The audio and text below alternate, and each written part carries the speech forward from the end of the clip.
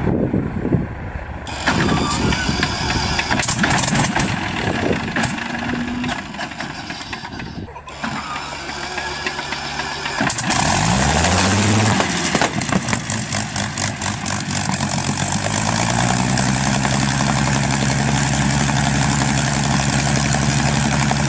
might have made a little error in the Churchill's underground tank video when I said the Paxman 12TP was the most important British built diesel of the war.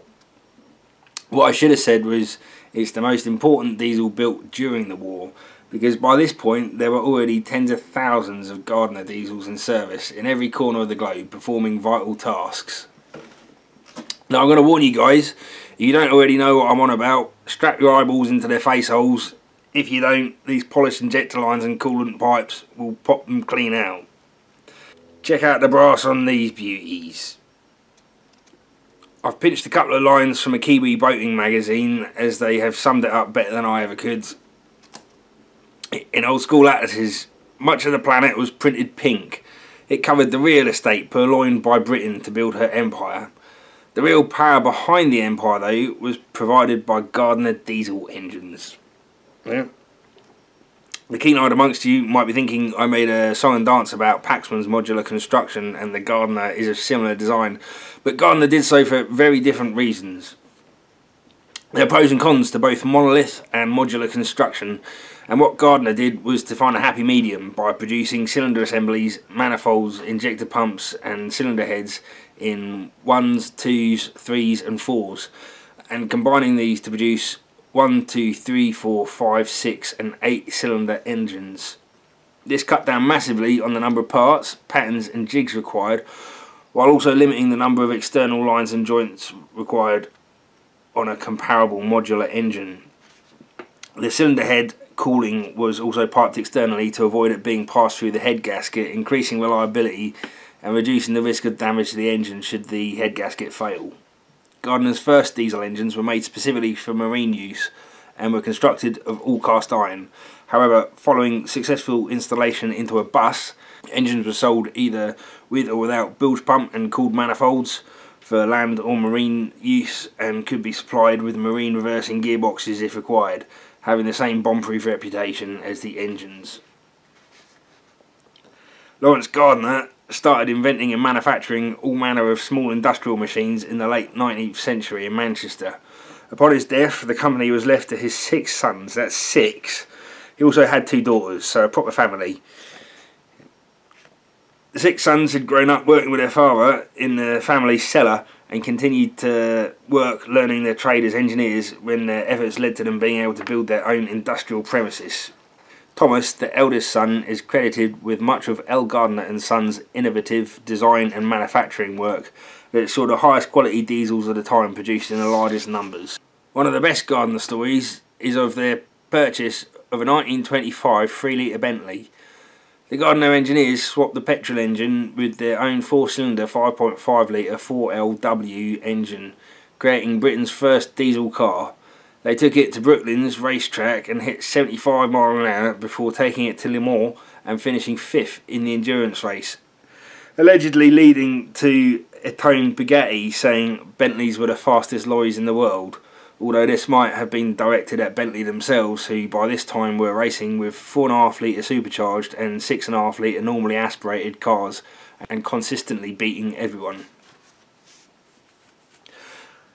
Later wartime rationing of petrol would see many conversions of Bentleys, Rolls and other large luxury vehicles converted to Gardner diesels, allegedly returning up to 30 miles per gallon.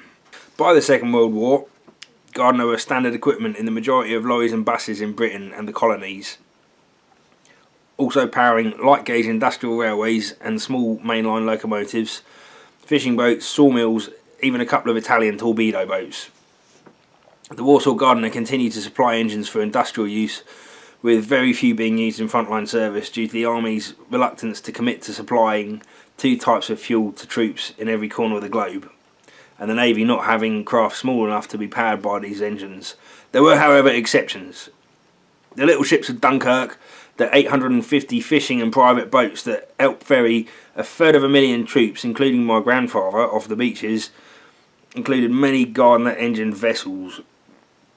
Gardner diesel engines were also fitted to the Royal Navy's X-Craft midget submarines for surface running.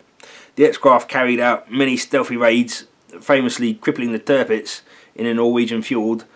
The Gardner-powered subs also responsible for stalking the Normandy beaches prior to the landings, their crews living aboard for days, buzzing off amphetamines and swimming ashore every night to scout the Nazi defences. Post-war saw an increase in production but a decline in the market share in automotive diesels, soon to be echoed in the marine and industrial diesel markets. With more foreign lorries on British roads, the former colonies no longer inclined to purchase British products, turning to Japanese, German and American manufacturers. Ford and BMC producing lighter and far cheaper diesels, which were subsequently converted to marine use, and Detroit and Caterpillar now offering turbocharged units of similar displacement to Gardner's large engines but with higher outputs.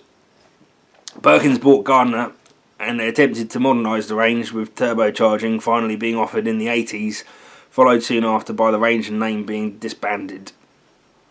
I was, however, fortunate enough to go to school every day for 5 years in the 90s on buses powered by these engines, with Gardner powered Leyland Olympians still in service to this day. Now in 2018, well over 100 years after the original engines were built and over 30 years since production ended, for some reason every spare 6 and 8 cylinder engine seemed to be heading to Egypt to power their fishing and tourist boats, with the trendy Londoners paying up to 20 grand for highly polished 2-cylinder engines from the mines of South Africa to power their narrowboats. And of course I can't possibly forget to mention the Showmen of Britain, who, after having retired their show engines, bought Fodens, ERFs and Atkinsons and generator sets, all powered by Gardner diesels, and have stuck firmly with the brand for the last 100 years, none of which exist anymore. But if you go to the fair in England, you might well be eating Gardner powered candy floss and riding Gardner powered Dodgems. Thank you very much for watching Turbo Productions today. I hope you have enjoyed this episode, and will do me a massive favour by liking this video, sharing and subscribing if you have not done so already. I have another channel, Turbo Conquering Mega Eagle, of which I make things with my own hands. And you can support my activities on YouTube by becoming a patron. Link in the description below. Thank you again, and until next time, goodbye.